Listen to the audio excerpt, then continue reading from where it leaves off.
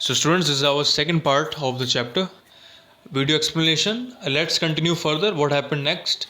So the जो king था उसके उसकी राज्य में एक डरविश रहता था, एक बैगर रहता था, और किंग क्या करता था, अक्सर उसको रोज एक piece of cake, him a piece of cake, मतलब एक केक का टुकड़ा और एक बाउल ऑफ हनी, एक शहद भरा एक कटोरी जिसे आप कहते हो, वो उसको डेली दिया करता था, जिसमें कि शहद होता था।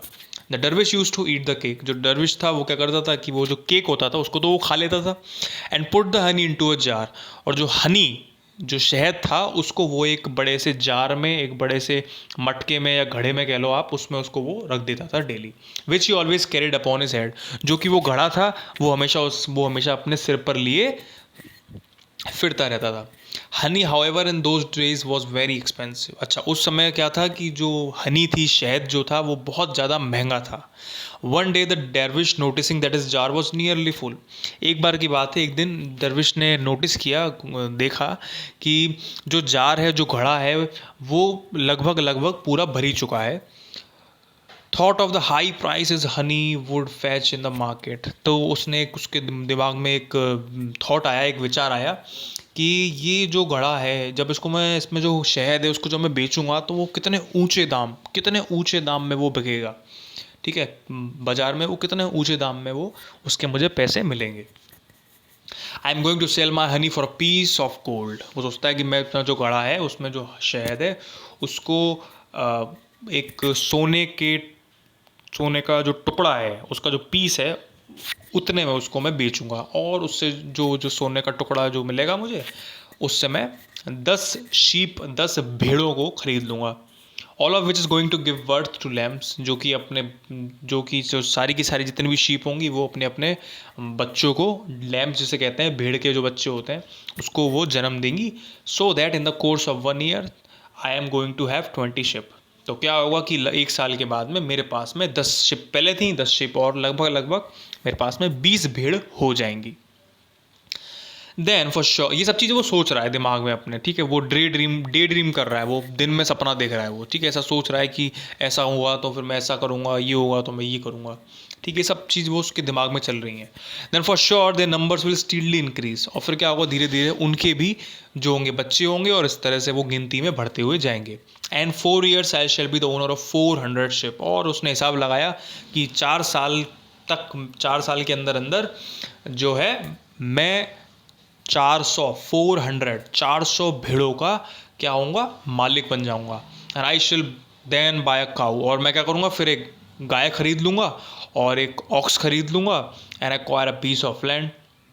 और क्या करूंगा कि एक बैल खरीद लूंगा, एक गाय खरीद लूंगा, और अपना एक खेत का टुकड़ा, एक ज़मीन का टुकड़ा भी खरीद लूंगा।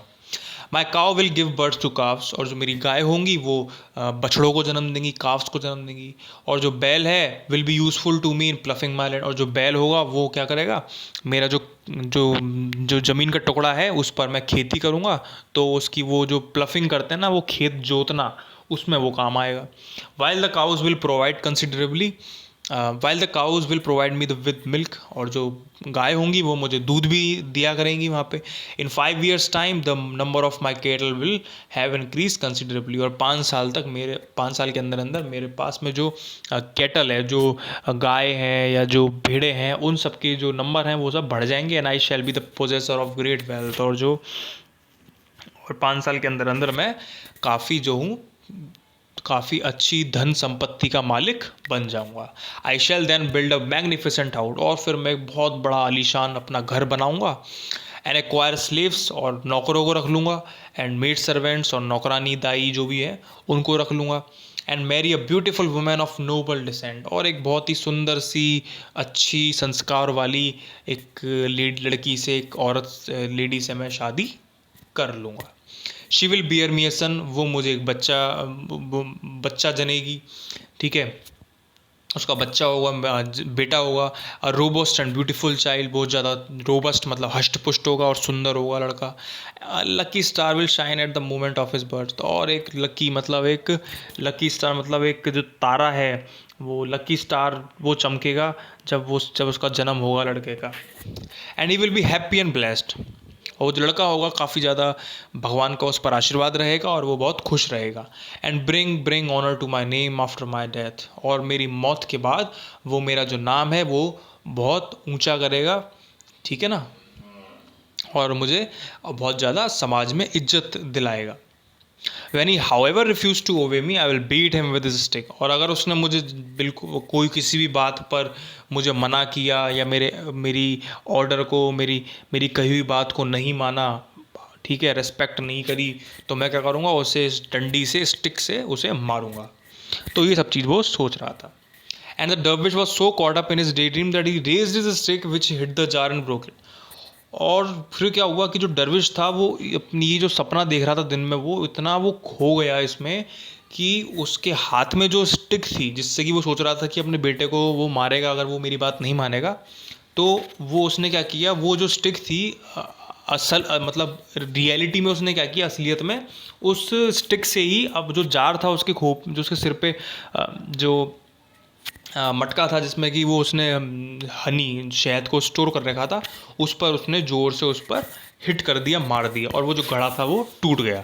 The jar of honey along with his day dreams was lost. और क्या हुआ कि उसके सपना तो टूटा ही टूटा, लेकिन उसका जो जार ऑफ हनी, जिस घड़े जो जिसमें कि शहद रखा था, जिस पर वो इतना सब कुछ उसने अपनी पूरी ख्याली पुलाव पका लिए थे, वो भी टूट गया, चकनाचूर हो गया। I have told you the story, continued the wife of the pious man।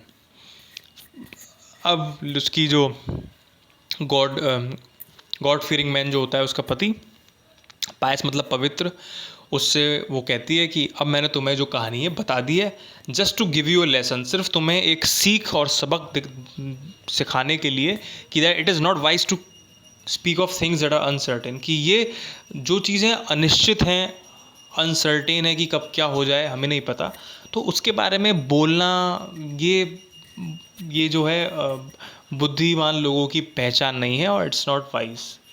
Remember the words of king Solomon.